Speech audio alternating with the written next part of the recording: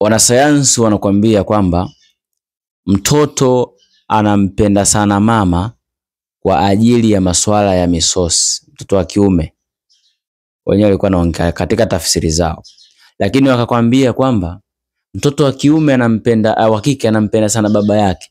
Kwa sababu gani? Kwa sababu ya masuala ya kiusalama. Lakini mimi nataka nikwambie kitu kimoja.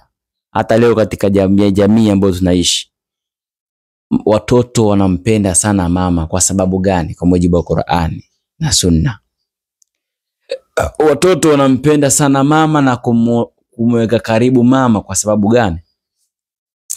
Kiasili ya maumbile, mtoto huwa anakuwa ni wa mama.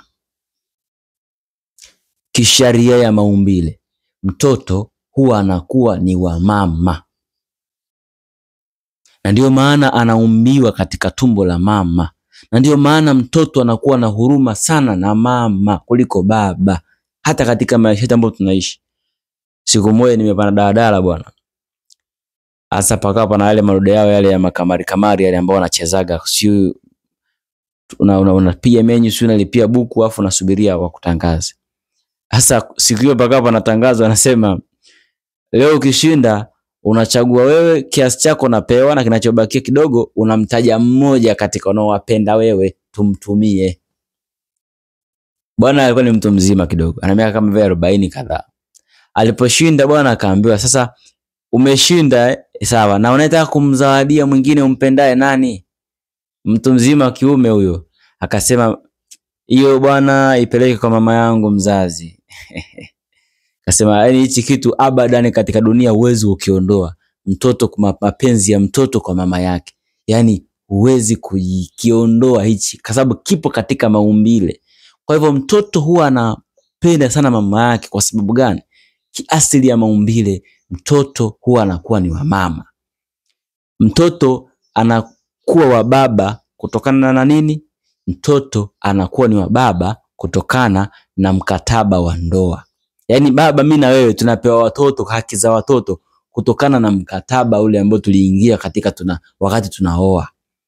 Ndio tunakuwa ni sababu ya kuwa sisi ndio tunapewa haki za ule mtoto. Sasa ndio maana ambaye hajaoa mtoto huwa yani ananyang'anya yule mwanaume haki za mtoto. Ndio maana ukiwa hujaoa, kwa Mwenyezi Mungu, wewe haki za yule mtoto hupewi, kwa sababu hukuingia mkataba. Lakini mama anapewa haki za yule mtoto. Ndio maana wewe hata mtoto wako kama ni binti amekuwa mkubwa, huwezi kumuozesha kwa sababu huna haki naye, yani hupewi haki na yeye, huwezi kumuozesha yule binti.